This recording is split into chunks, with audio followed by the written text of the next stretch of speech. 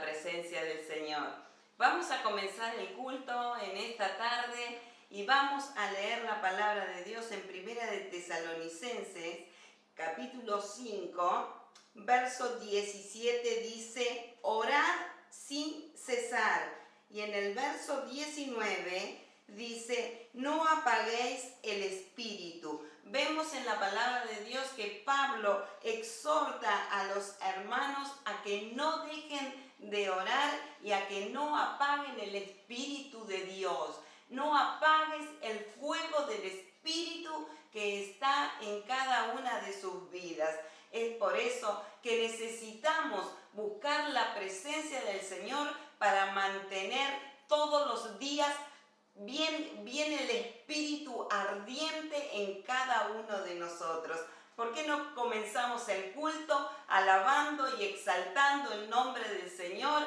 Pero antes vamos a orar. Le invito a cerrar sus ojos donde estén y presentar todo delante de Dios. Señor, te alabamos, te exaltamos y te damos gloria, honra y alabanzas en esta tarde. Gracias te damos por tu presencia. Gracias, Señor, por tu palabra que vamos a tener en este día. Gracias por las alabanzas y gracias por cada una de esas vidas que se conectan cada reunión. En el nombre poderoso de Jesús les cubrimos y les bendecimos. Amén. No apague el Espíritu de Dios y no deje de orar por nada. Alabemos juntos su santo nombre.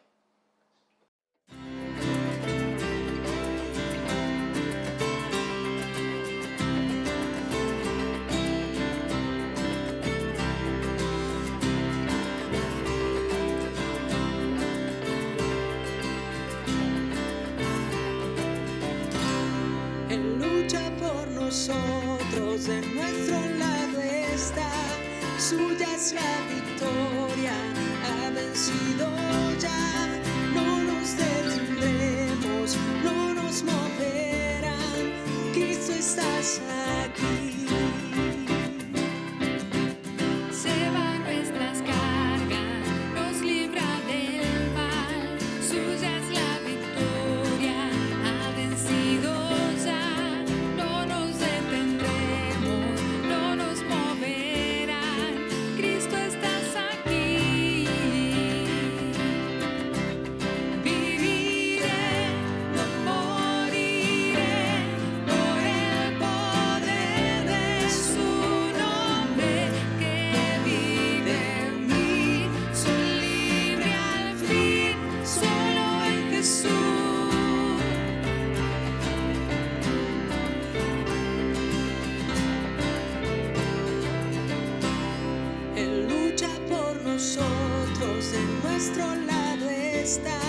Suya es la victoria, ha vencido ya, no nos detendremos, no nos moverán, Cristo estás aquí. Lleva nuestras cargas, nos libra del mal, suya es la victoria, ha vencido ya, no nos detendremos, no nos moverán. Cristo estás aquí. Viviré, no moriré por el poder de su nombre que vive en mí. Soy libre al fin, solo en Jesús. Viviré, no moriré. Su nombre hoy levantaré, declaro hoy que sano soy, solo en Jesús.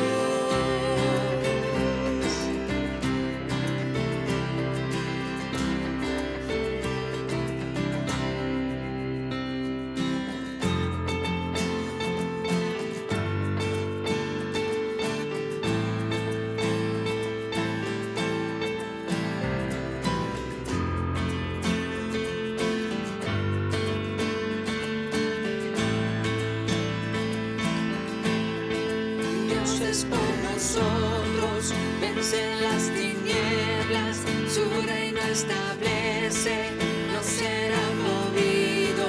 En tu nombre, Cristo, cae el enemigo. Solo gritaré, gritaré. Dios es por nosotros, vence las tinieblas, su reino establece, no será movido. En tu nombre, Cristo, cae el enemigo. Solo gritaré, gritaré. Viviré, no moriré, por el poder de su nombre que vive en mí. Soy libre al fin, solo en Jesús. Viviré, no moriré, su nombre hoy levantaré. Declaro hoy que sano soy. Dios es por nosotros, vence las tinieblas, su reino establece, no será movido. En tu nombre, Cristo, cae el enemigo. Solo gritaré, gritaré. Dios es por nosotros, vence las tinieblas, su reino establece, no será movido. En tu nombre, Cristo, cae el enemigo. Solo gritaré, gritaré. Viviré, no moriré, por el poder de su nombre que vive en mí. Soy libre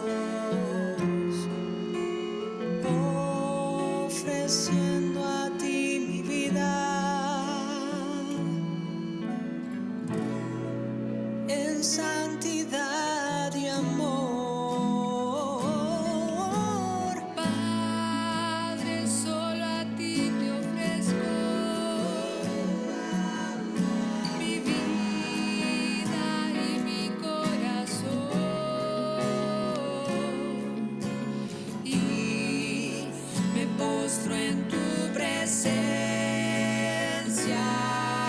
es adoración.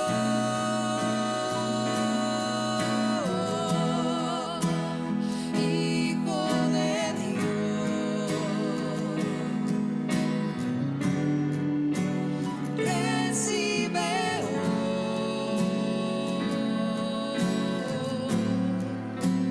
toda la gloria, la honra y honor.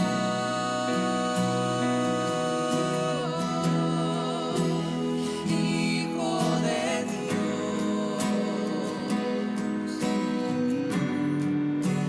recibe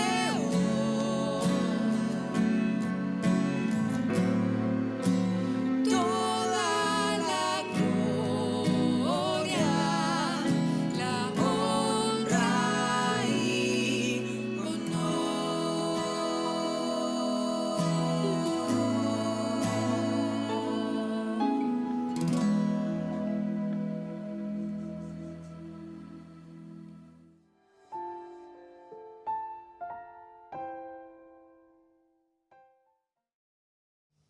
Bendiciones familia, noticia de último momento para padres. No se pierdan el taller sobre educación y sexualidad este jueves 15 de octubre a las 20 horas por Zoom. Ese día contaremos con la invitación y participación especial de la licenciada Viviana Velasco. Nos brindará y nos asesorará información sobre nuestros derechos y la de nuestros hijos ante el gran avance de ideologías en las escuelas. No se los pierda, los esperamos. Bendiciones.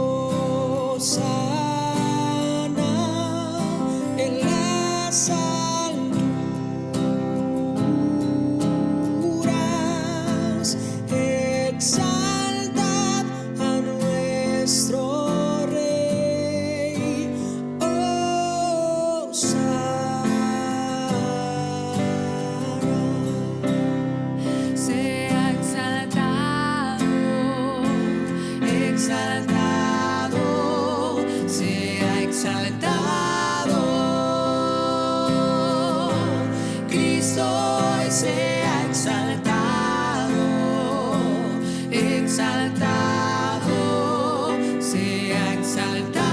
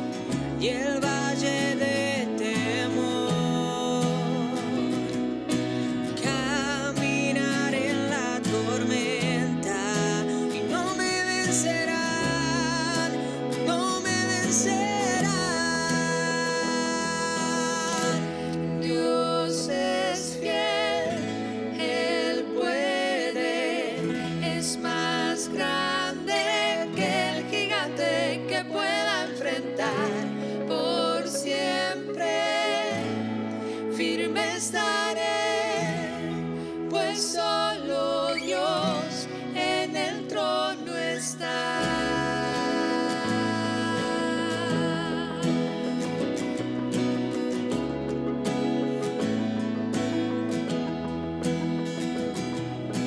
Caminaré en tus promesas y en tu victoria andaré. Caminaré con tus fuerzas y no me vencerán, y no me vencerán. Dios es fiel, Él puede, es más grande que el gigante que pueda enfrentar. Por siempre firme estaré, pues solo Dios en el trono está. Dios es fiel, Él puede, es más grande que el gigante que pueda enfrentar. Por siempre firme estaré, pues solo Dios en el trono está. Glorioso, victorioso, soberano Dios, en el trono estás, infinito, magnífico, sobre todo Dios, en el trono estás, glorioso, victorioso, soberano Dios, en el trono estás, infinito, magnífico, sobre todo Dios. Dios es fiel, Él puede, es más grande que el gigante que pueda enfrentar. Por siempre firme estaré, pues solo Dios en el trono está. Dios es fiel, Él puede, es más grande que el gigante que pueda enfrentar. Por siempre firme estaré, pues solo Dios en el trono está. En el trono está.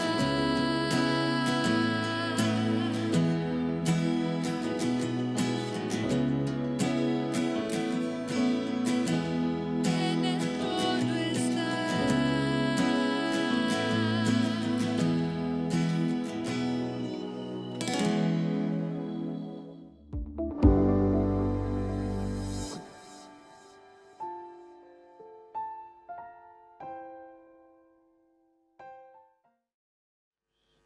Señor, te bendecimos y te adoramos, te damos gracias en esta hora, en el nombre de Jesús, por este tiempo, Señor, de predicar tu palabra, el mensaje de tu palabra a tu pueblo, Señor. Toca su corazón, ministra sobre sus vidas, habla a cada uno lo que necesitas hablar y lo que necesita recibir, cada uno en particular. Tú conoces el corazón, tú conoces las necesidades y tú tienes la palabra oportuna.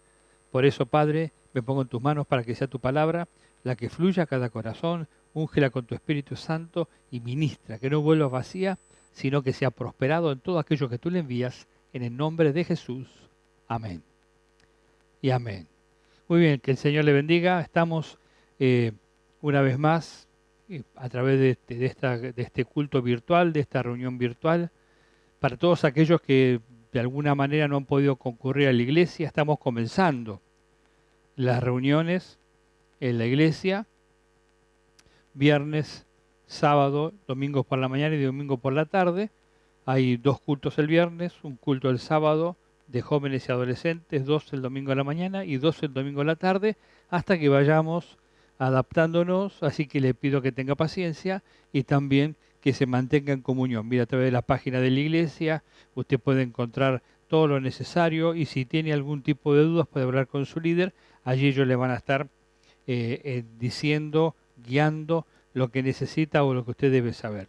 Quiero compartir en la palabra del Señor en Eclesiastés capítulo 3. Eclesiastés capítulo 3 habla del tiempo. ¿Y qué importante es el tiempo? Lo venimos hablando de diferentes maneras. A través de estas semanas, estas últimas semanas y meses, hemos hablado del tiempo de Dios, el tiempo en que Dios hace las cosas. No hablamos, por ejemplo, en Santiago, o también en Pedro, cuando Pedro también y Santiago dice lo mismo, que Dios da gracia al humilde, que echemos toda nuestra ansiedad sobre Él, porque Él tiene cuidado de nosotros. Eso habla de que nosotros confiamos en Dios, tenemos seguridad en Dios. Eso nos habla de que nosotros sabemos esperar los tiempos de Dios. Y qué importante el creyente tiene que aprender a conocer, a discernir los tiempos, discernir la diferencia entre el kairos y el cronos, la diferencia entre uno y otro. ¿Qué es el cronos y qué es el kairos? El creyente tiene que aprender la diferencia, no solamente saber lo que significa cada cosa, sino aprender la diferencia entre una cosa y la otra. El creyente tiene que poder discernir. Dice entonces en Eclesiastés capítulo 3, leo unos versículos, pero usted lo puede leer más en detalle luego, ¿no? Dice, todo tiene su momento oportuno. No hay un tiempo para, hay un tiempo para todo lo que se hace bajo el cielo. Un tiempo para nacer, un tiempo para morir, un tiempo para plantar, un tiempo para cosechar, y así los versículos siguientes hablan de un tiempo para una cosa y un tiempo para otra, ¿no? Usted puede leerlo en detalle. El versículo 11 dice, Dios hizo todo hermoso en su momento y puso en la mente humana el sentido del tiempo. Aun cuando el hombre no alcanza a comprender la obra de Dios, la obra que Dios realiza de principio a fin. Y más adelante dice el versículo 17, pensé entonces, al justo y al malvado lo juzgará Dios, pues hay un tiempo para toda obra y un lugar para toda acción. Interesante lo que menciona y cómo traduce la palabra tiempo en algunos momentos, estos versículos, y cómo en otros momentos lo dice de otra manera, ¿no? Usa palabras que la Reina Valera siempre la traduce como tiempo, pero aquí dice, todo tiene su momento oportuno. Más adelante dice, Dios hizo todo hermoso en su momento. Y después también habla del tiempo, ¿no? Entonces usa dos formas de hablar sobre el tiempo. Y justamente ahí está la diferencia entre el cronos y el kairos. El cronos es el tiempo cronológico. El cronos es el tiempo secuencial, ¿no? Los segundos, los minutos, las horas, las semanas, los meses, los años que van pasando, eso es tiempo cronológico. Pero el kairos es el tiempo de Dios. Viene del griego antiguo, que significa, para los griegos significaba y tenía el sentido de que las cosas ocurren en el tiempo oportuno. Llega un momento oportuno para que las cosas sucedan. Y en el sentido bíblico, ese momento oportuno es el momento en que Dios hace las cosas. Por eso el creyente tiene que aprender a discernir los momentos, los tiempos, los kairos de Dios, ¿no? Cuando Dios actúa, cuando Dios va a obrar. Entonces el creyente que puede confiar en Dios y puede discernir esto, no está ansioso por sobresalir, no está ansioso por hacerse ver, no está ansioso por ser reconocido, no está ansioso por ese tipo de cosas. ¿Por qué? Porque sabe que Dios a su tiempo hace su obra y que Dios tiene todas las cosas bajo control. Cuando hablamos en diferentes momentos de que, como en el Nuevo Testamento menciona que cuando llegó el momento oportuno, dice, el Hijo de Dios nació de mujer. Cuando llegó el momento oportuno, cuando era el tiempo de Dios, entonces Jesús nació. Nació de mujer para venir a ser el Salvador. Cuando leemos el desarrollo de la vida de Jesús, dice que cuando Jesús supo que el tiempo se había cumplido, puso su rostro como un pedernal para ir a Jerusalén. Así que muchas veces se traduce el tiempo como el momento oportuno de Dios para cada cosa. Y eso es lo que a nosotros nos tiene que interesar. El creyente tiene que interesarse en el tiempo oportuno, en el momento oportuno, cuando es adecuado el tiempo en que Dios va a hacer las cosas. Y eso uno lo tiene que discernir. El creyente tiene que saber discernir esa diferencia entre el tiempo humano, el tiempo cronológico y el tiempo de Dios. Porque las personas en el mundo, y muchos creyentes también, pero que viven no una relación con Dios intensa, sino que viven una vida religiosa, una vida de relación con Dios superficial, no pueden discernir esto. Entonces están ansiosos como la persona que no tiene a Cristo, están nerviosos, cuando ven injusticia quieren que Dios actúe ya, ¿no? Entonces ellos dicen, ¿por qué Dios no actúa? No vamos a esperar la eternidad, que Dios los que descienda a fuego del cielo y los consuma, ¿no? Es decir, las personas que no entienden, no disciernen los tiempos, están siempre apurados. Apurados para que Dios juzgue, apurados para que Dios actúe, apurados para que Dios les provea, ¿no? Es decir, le piden a Dios y no pueden esperar. Tienen que ellos rápidamente, Dios tiene que responderle a ellos. Ellos necesitan una respuesta inmediata. Si Dios no actúa de esa manera, entonces ellos no pueden esperar y buscan por otro lado. ¿Por qué? Porque no tienen ese discernimiento, esa comunión con Dios que necesitan tener. El creyente necesita y debe tener ese discernimiento para comprender la diferencia entre el Cronos y el Kairos. Por eso muchas personas en el mundo que buscan enriquecerse, buscan prosperar, hacen cualquier cosa para lograrlo. Afectan a otros, afectan familias, afectan empresas, matan, roban, lo que fuera. Afectan aún al país para ellos lograr su propósito lo más pronto posible. Saben que el tiempo se les termina, pero ellos igual, porque es algo espiritual, es una cuestión diabólica y espiritual de maldad. Entonces ellos están siempre apurados con la que necesitan todo rápido. Por otro lado, las sociedades también nos hemos acostumbrado a que todo queremos rápido. No, tenemos 3G, no, ya 3G no sirve más, tenemos 4G, y ahora tenemos 5G, tenemos banda ancha, antes era 3 megas, ahora tenemos 10 megas, después queremos 50 megas, después queremos 100 megas, 300 megas, cada vez más rápido, todo más rápido, más rápido, más rápido, y no tenemos tiempo para descansar, para meditar, para relajarnos, para tener comunión con Dios. ¿Cuántas veces, no sé si a usted le ha pasado, pero cuántas veces yo me di cuenta que las personas no leen un mensaje? Se les envía un mensaje, pero no lo leen superficialmente y no comprenden lo que se está diciendo ahí, porque están apurados, porque no tienen tiempo, porque necesitan hacer todo rápido. Entonces están corriendo siempre detrás del tiempo cronológico. En cambio, el tiempo de Dios es otra cosa. Dios nunca está apurado. A Dios nunca se le hace tarde. El tiempo no lo corre a Dios, porque Dios es el dueño del tiempo. Entonces el creyente tiene que aprender a relacionarse con Dios de esa manera, aprender a relacionarse con Dios para confiar entonces en que Dios tiene el control de todas las cosas. Mencionaba en otras oportunidades cuando fuimos al Instituto Bíblico, nos fuimos inmediatamente, no fue una reacción inmediata cuando yo tuve la convicción que tenía que ir, no fue una reacción inmediata de irme, cuando lo hice así me equivoqué. Entonces aprendí que había que esperar los tiempos, que la palabra era de Dios, pero el tiempo también tenía que ser de Dios. Y aprendí a esperar, y esperé el año o año y medio que fue necesario para que entonces se cumpliera la palabra de Dios. Aprendí que hay un tiempo. Cuando lo hice yo así de reacción rápido me equivoqué, pero cuando aprendí, entonces comencé a caminar paso a paso en el propósito de Dios. Mire estos tiempos, cuántas personas han aprendido a hacer pan, pizza, ¿no? Y otro tipo de elementos, otro tipo de preparación casera. Y está bien. Yo me acuerdo que muchas veces en algunas conversaciones con otras personas les decía que cuando uno hace una masa de pan, tiene que dejar madurar la masa.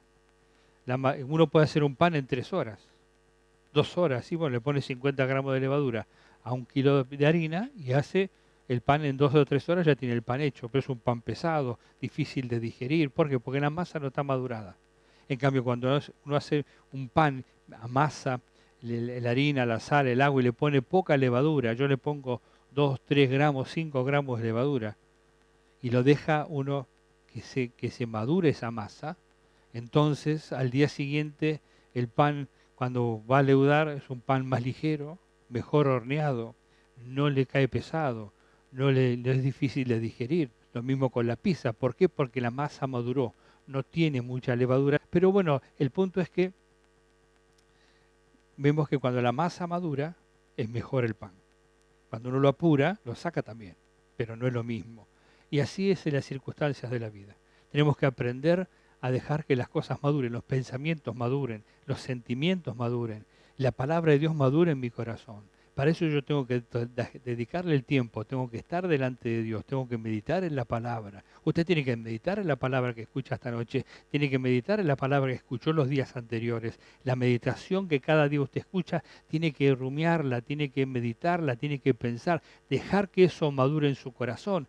Eso implica que esa palabra se quede allí dando vuelta y haga el efecto que tiene que hacer, que madure y haga el efecto. Cuando esa palabra entra por un oído, sale por el otro, aunque yo la escuche, no produce ningún efecto porque no hace nada en mi vida. No la dejo que permanezca y que madure en mi corazón. Así que es importante saber esperar los tiempos de Dios, porque en todos esos tiempos yo puedo descansar, esperar en Dios y dejar que la palabra de Dios y el propósito de Dios madure en mi corazón. Me pasa también con la predicación, con la palabra de Dios. Dios me da una palabra y yo necesito que esa palabra madure. Tomo un tiempo, no lo puedo inmediatamente decir. Necesito tomar un tiempo, madurar en mi corazón, en mi mente, en la presencia de Dios, que esa palabra vaya tomando la forma que tiene que tomar, de acuerdo al propósito de Dios. Así que, mire, es importante. Nosotros queremos que todo sea rápido, que todo ocurra inmediatamente, ¿no? Pero si Dios no actúa ahora ya, entonces nos enojamos. Pero Dios no es un Dios que esté apurado. Dios es un Dios que se toma su tiempo. Nosotros no estamos, por ejemplo, con la cuarentena. No estamos contentos con 200 días de cuarentena. No pudimos tener reuniones cercanas como teníamos antes, ¿no? Estar todas las semanas, vernos, saludarnos. Bueno, pero también somos prudentes y responsables.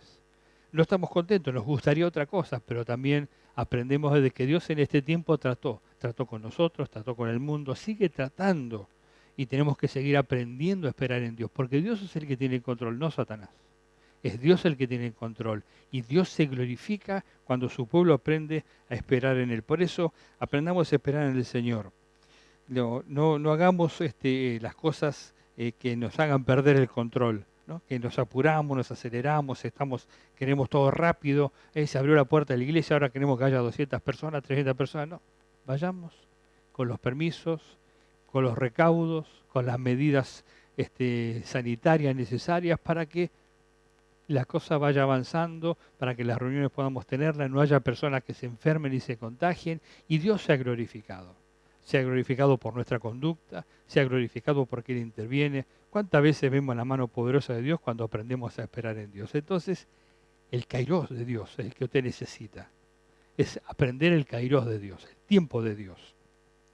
En 1 Samuel capítulo 7, los primeros capítulos en sí realmente nos hablan de esta historia de Samuel, por un lado siendo un niño que fue dejado en donde estaba el sacerdote Elí, en el templo, donde se sucedía todo el ritual del sacerdocio, los israelitas que iban a llevar sus ofrendas, sus holocaustos en ese lugar.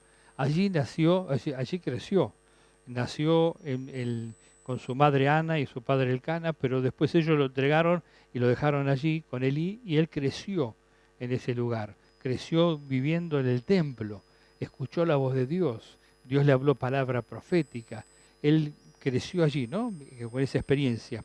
Y con el tiempo, el arca de Dios fue robada a los israelitas. Fue robada porque los israelitas hacían lo malo delante de Dios. Ofendían a Dios, pecaban contra Dios. Elí y sus hijos ofendían a Dios.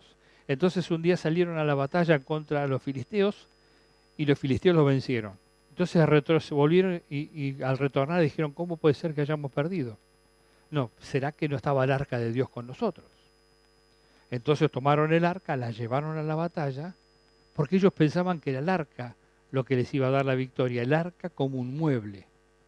Y no se daban cuenta que su vida no era una vida de relación con Dios, que su vida era una vida que ofendía a Dios. Entonces muchas personas piensan que en el culto les va a dar a ellos la victoria. No, la victoria viene por una vida de comunión con Dios permanentemente. El culto viene a sumar a la vida de comunión con Dios, viene a sumar a la vida de comunión con los hermanos. Pero si yo no tengo relación con Dios diariamente, el culto no me da la victoria. Ellos llevaban el arca y pensaban que el arca les iba a dar la victoria, pero la vida de ellos es una vida de pecado. Y eso que hacían ellos ofendía a Dios. Así que el arca no le dio la victoria, al contrario. No solo perdieron la batalla, sino que los filisteos se quedaron con el arca. Y la pusieron en el templo del dios Dagón, de los filisteos. Ahora, miren, pero duró 7 meses todo eso. Pero en esos 7 meses, en ese tiempo, que fue el momento oportuno, Dios se glorificó. Le mostró a los filisteos quién era Él. Le mostró a los filisteos que Él era mayor que cualquier otro Dios. De tal manera que tuvieron que dejar el arca, tuvieron que decir, manden el arca de vuelta a los israelitas porque Dios nos va a destruir. El Dios de los israelitas nos va a destrozar. Mándenla de vuelta. Se sacaron de encima el arca, no la podían tener. A los israelitas el arca no le dio la victoria, no se mostró poderosa para ellos porque ellos eran pecadores y solamente tenían el arca como un amuleto. En cambio a los filisteos sí, Dios les mostró que Él era Dios. A los filisteos sí, Dios les mostró que Él era poderoso y que si ellos no actuaban como corresponde, los iba a destrozar, los iba a juzgar y los iba a aniquilar. Por eso ellos sacaron el arca de encima. Lo primero que pasó, dice la palabra de Dios, que ellos llevaron el arca al templo del dios Dagón y lo pusieron allí frente a la imagen del dios Dagón, y a la mañana la imagen del dios Dagón estaba tirada en el piso boca abajo frente al arca, postrada delante del arca. La levantaron y al día siguiente volvieron a encontrar la imagen del dios Dagón postrado delante del arca, sin cabeza y sin manos, los cuales las manos y la cabeza estaban allí en el umbral de la puerta. Así que ellos dijeron, saquemos el arca de acá. Se la mandaron a otro pueblo. El otro pueblo dijo, ustedes nos quieren matar a nosotros. Porque claro, cuando llegaba el arca, llegaban pestes, llegaban muertes y llegaban tumores. Así que ellos se sacaron el arca de encima, la mandaron a otro pueblo llamado Ecrón. Y Ecrón dijo, no, que ustedes nos quieren matar a nosotros. No la queremos el arca, porque el Dios de Israel los va a matar. Así que la arreglaron y se la mandaron a los israelitas de vuelta. Y los israelitas, sin temor de Dios, no supieron cómo manejar las cosas, murieron cuando vieron el arca, porque abrieron el arca, y el arca fue llevada a la casa de una persona, y durante 20 años estuvo en la casa de esa persona el arca. Pero los israelitas no pudieron estar con el arca en su tierra. ¿Por qué? Porque ellos eran desobedientes, idólatras, ellos eran personas que ofendían a Dios todo el tiempo. Pero Dios usó todo ese tiempo para tratar con los filisteos y para tratar con los israelitas, para quebrantar el corazón de ellos. Después de 20 años los israelitas tenían hambre y sed de Dios, clamaban, estaban angustiados porque querían de Dios. El tiempo de Dios Dios usa su tiempo de esa manera. Se glorificó con los filisteos. Ese tiempo que el arca estuvo allí 7 meses, los filisteos conocieron a Dios.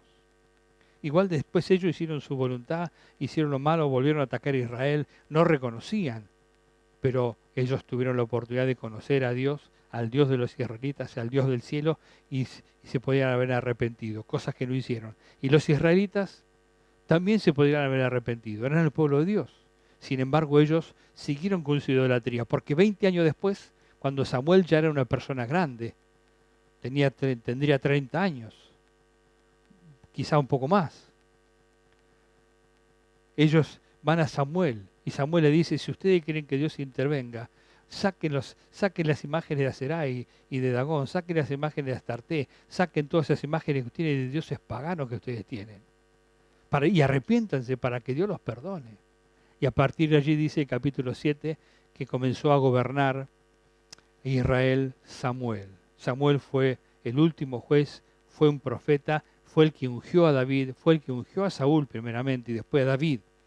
Así que Samuel era un hombre reconocido, respetado y poderoso en la presencia de Dios. Y en ese momento ellos, y Samuel a la cabeza, ¿no? Cuando salieron a vencer, salieron a pelear y vencieron a los filisteos, Samuel levantó un monumento, un lugar llamado Mizpa, y puso le puso por nombre Ebenezer, porque la mano del Señor nos ayudó. Hasta aquí nos ayudó el Señor, quiere decir Ebenezer. En ese tiempo, en ese momento difícil, Dios los ayudó. Durante todo el tiempo que el arca no estuvo allí, Dios también trató con ellos. Cuando salieron a la batalla, Dios trató con ellos, les dio la victoria, pero ellos ya se habían arrepentido y habían restaurado su relación con Dios. ¿Cuánto Dios ha hecho por usted en este tiempo? Tiempo de cuarentena, este momento oportuno, donde parece que todo está mal, el mundo está en crisis.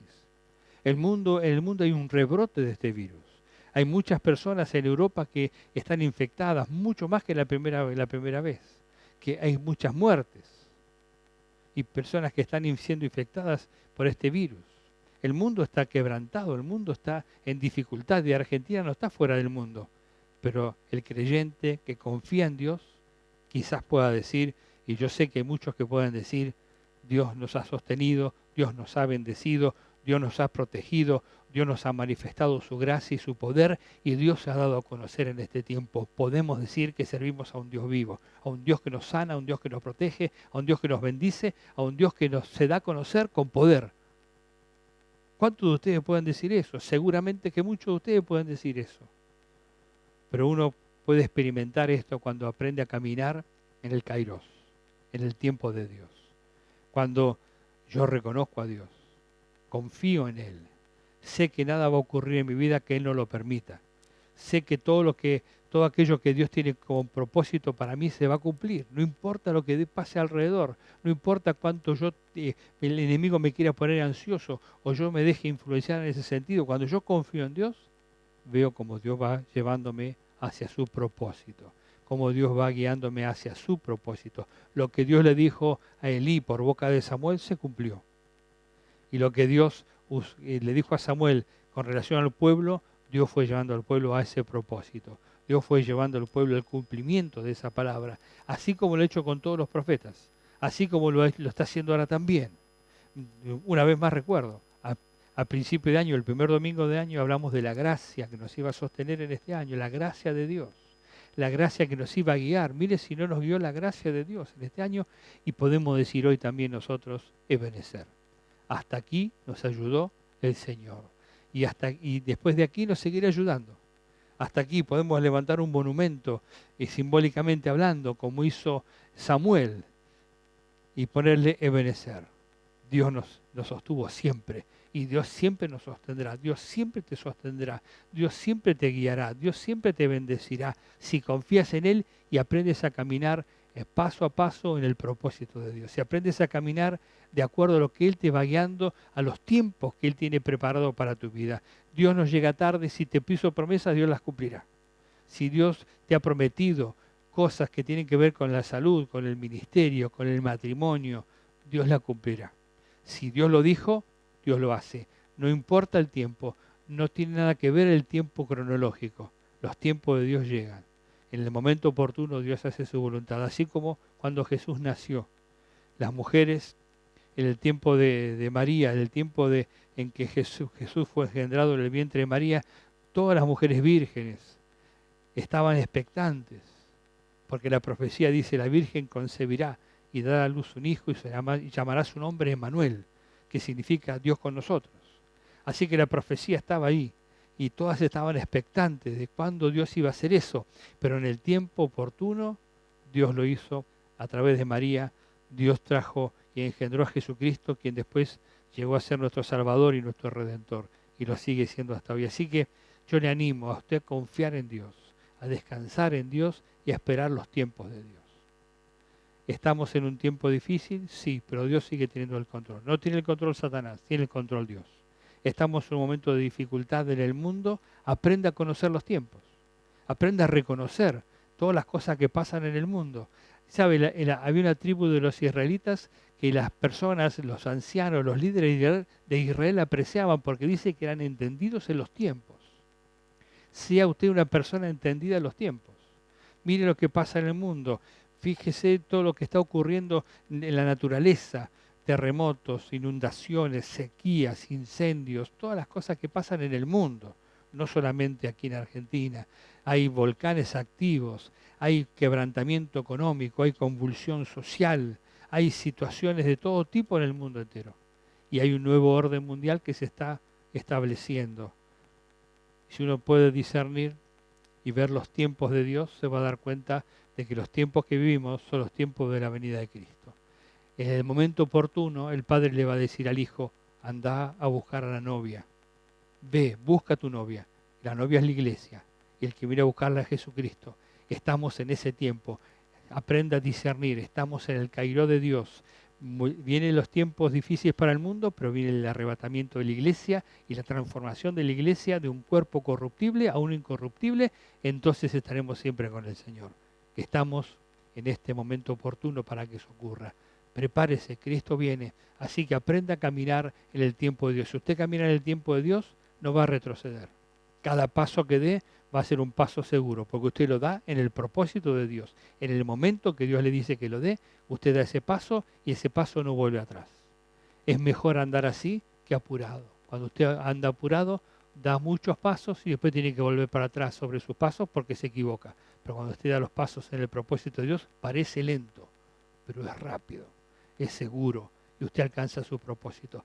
Le invito a que usted ponga toda su vida en las manos de Dios y confíe en la dirección de Dios, en los tiempos de Dios. No se apure, no se ponga ansioso, no acelere su corazón y sus pensamientos, sino que se mantenga andando en el paso de Dios. Va a ver que usted va a crecer, se va a desarrollar y va a tener experiencias con Dios como nunca antes. Padre, en el nombre de Jesús te damos gracias y te bendecimos. Oro, Señor, por cada uno de aquellos que escuchan tu palabra. Ministra sobre sus vidas. Rompe cadenas y ataduras, quebranta opresiones, quita toda venda de los ojos, Padre, en el nombre de Jesús. Venga tu presencia, el discernimiento del Espíritu Santo sobre sus corazones. Padre, obra con poder, tómales de la mano, guíales, Señor, hacia tu voluntad. Señor, podemos aprender y cada uno de los que escuchan pueden aprender, Señor, a caminar en el Kairos, en el tiempo de Dios. Señor, no andando apurados, sino llegando paso a paso a tu propósito, de acuerdo a tus guías. Los bendigo y los cubro en el nombre de Jesús. Bendigo cada congregación de la Iglesia Manuel, en Corrientes, Señor, en Entre Ríos, en Guernica, en Figueroa y Sarción, en Don Orione, Señor, cada una de las congregaciones y cada uno de los líderes, obreros y pastores asociados, los bendigo en el nombre de Jesús. Gracias, Señor. Amén. Y amén. El Señor le bendiga.